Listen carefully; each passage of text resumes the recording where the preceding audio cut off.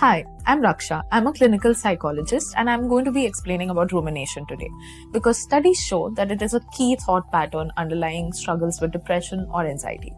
But if we learn how to manage it, recognize it, we can actually improve our mental health instead. So, rumination is a pattern of negative overthinking. It involves focusing on causes and consequences of your distress, often leading to a never-ending cycle of negative thoughts and feelings.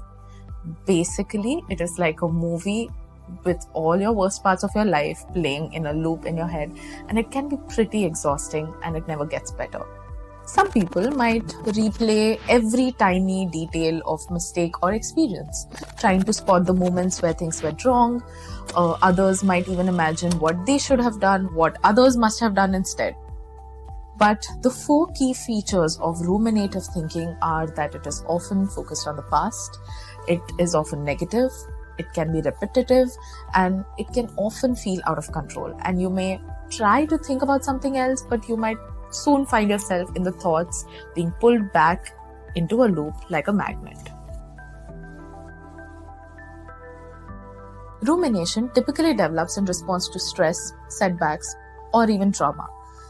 It's an attempt to cope and problem solve, to make sense of challenging situations or emotions.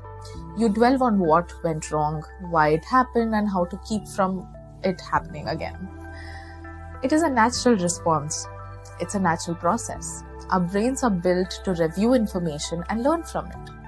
But with rumination, you can never arrive at that moment of clarity, solution, or even resolution. The fear of making the same mistake in the future keeps many of us stuck in the loop of rumination.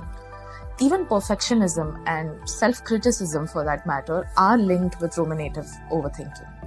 But no amount of reviewing the past mistakes keeps us from making them again. If anything, we might become more likely to make the same mistakes when we dwell on them because so much of our attention and our energy is focused on the past instead of the present. Despite how it feels, you can escape the rumination trap.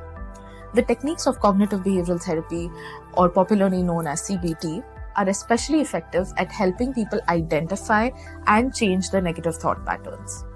Mindfulness and self-compassion skills can also help. So, if you struggle with rumination, it's not your fault, you are not alone, and you don't have to keep struggling. With the right resources, it is possible to cultivate a more positive and resilient pattern of thinking.